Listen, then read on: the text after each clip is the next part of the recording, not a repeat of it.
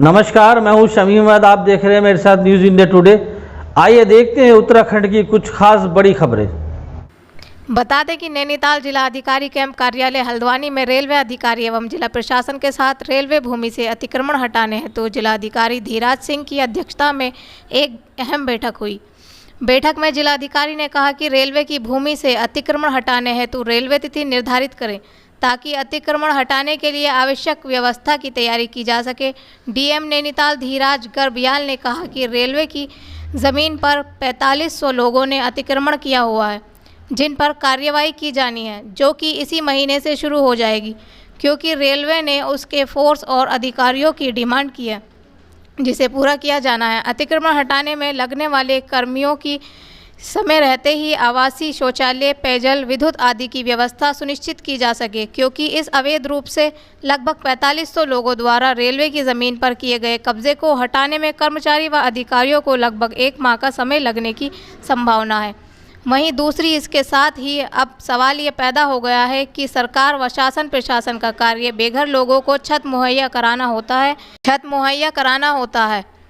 यहाँ 4500 गरीब लोगों के सिर से छत छीनने के बाद अब उन्हें प्रशासन कहीं बसाएगा या नहीं, यह एक गंभीर विषय है। यहाँ सिर्फ उनका घरौंदा उजाड़ने के बाद खुले आसमान के नीचे ऐसे ही छोड़ दिया जाएगा। देखिए हमारी एक खास रिपोर्ट। अभी फिलहाल खाने पीने की रहने की व्यवस्था करते हैं, उसी का जस्ट हो गया सर। वो चंदो भाई थोड़ा पीछे। 500 रुपया पर पर्सन खाने का खर्च करते हैं तो 9 करोड़ रुपया आता है। इसलिए मैं 10 करोड़ का ये वो सब 500 रुपये में हो जाएगा। मेरा खर्चे जोड़ा है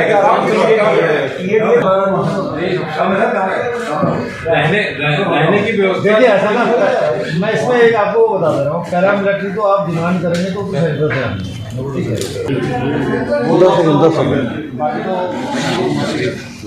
10 सेकंड बॉस। ठीक है। हाँ सर, हो गया सर।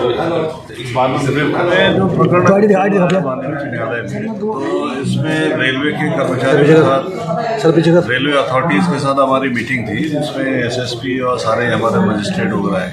तो उसमें जो असेसमेंट हमारा है उस हिसाब से हम लोगों ने बता दिया रेलवे को कि जब भी आप लोगों को अतिक्रमण हटाना है तो अपने हिसाब से वो डेट हमें बता दें। लेकिन उससे पहले जितने भी फोर्स यहाँ पे लगेगी उनके रहने की व्यवस्था, जैसे चाहे पैरामिलिट्री फोर्स आए या पीएसी आए, तो उन लोगों की रहने की व्यवस्था जहाँ वो लोग रहेंगे तो वहाँ पे टॉयलेट्स, बाथरूम, इन सारी चीज़ों की व्यवस्था उन लोगों को करनी पड़ेगी।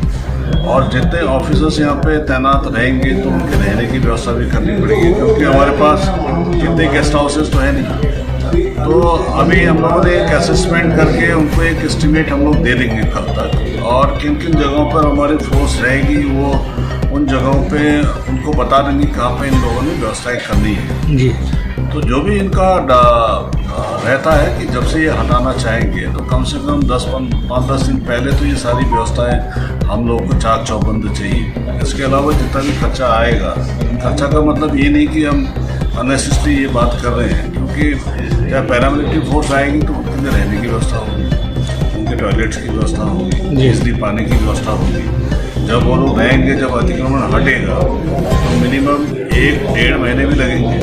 तो ऐसे समय में सारी व्यवस्थाएं जब तक हम लोग उन लोगों को नहीं देंगे तब तक ये अतिक्रमण हटाया जाना भी संभव है। जितने भी अतिक्रमणकारी हैं उनकी प्रक्रिया कोर्ट में चल रही है।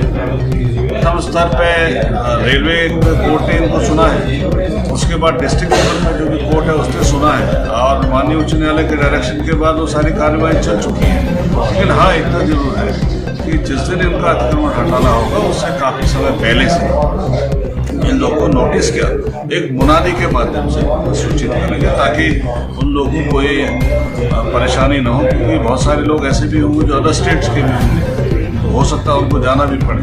तो ऐसा नहीं है, हमारे यहाँ के भी होंगे। तो ये सारी चीज़ें